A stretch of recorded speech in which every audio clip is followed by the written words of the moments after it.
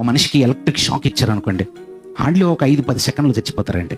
కత్తితో తలకాయను విడదీశారనుకోండి, స్పాట్లో చచ్చిపోతారండి. ఏ చావైనా తీసుకోండి, అలా అలా అలా కొన్ని క్షణాలే. కానీ యేసుక్రీస్తు వారిని అలా చంపాలనుకోలేదండి. వాళ్ళు చేతుల్లో మేకులు, కాళ్ళలో మేకులు, రక్తసిక్తమైన దేహమునంతా కోసేశారు, మొత్తం అంతా పిడిగుద్దులు గుద్దేశారు, అరచేతితో కొట్టారు, అవమానపరిచారు, ఉమ్మి వేశారు. అత్యంత కిరాతకముగా చిత్రవద చేసి యాతన అనుభవించాలని సిలువకేసేసారు.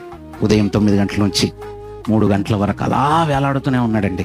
ఓ దగ్గర కూర్చోబెట్టి ఆయన దేహంలోంచి సిరంజితో రక్తం తీయలేదు. ఆయన చిత్రవద చేస్తూ, రక్తాన్ని చిందిస్తూ, రక్తం చిట్లేటట్టుగా చేస్తుండగా ఎందుకు మౌనిగా ఉన్నాడంటే, రక్తాన్ని చిందించటం కొరకు నొప్పిని భరిస్తూ స్పృహలో ఉండి చేసాడండి. స్పృహలో ఉంటూనే, అంటే నాకు తెలిసే ప్రాణం పెట్టాలి, సజీవ యాగం అని అంటారు దీన్ని, సజీవ యాగం, రక్త ప్రోక్షణ ప్రపంచ మానవాళి కొరకు.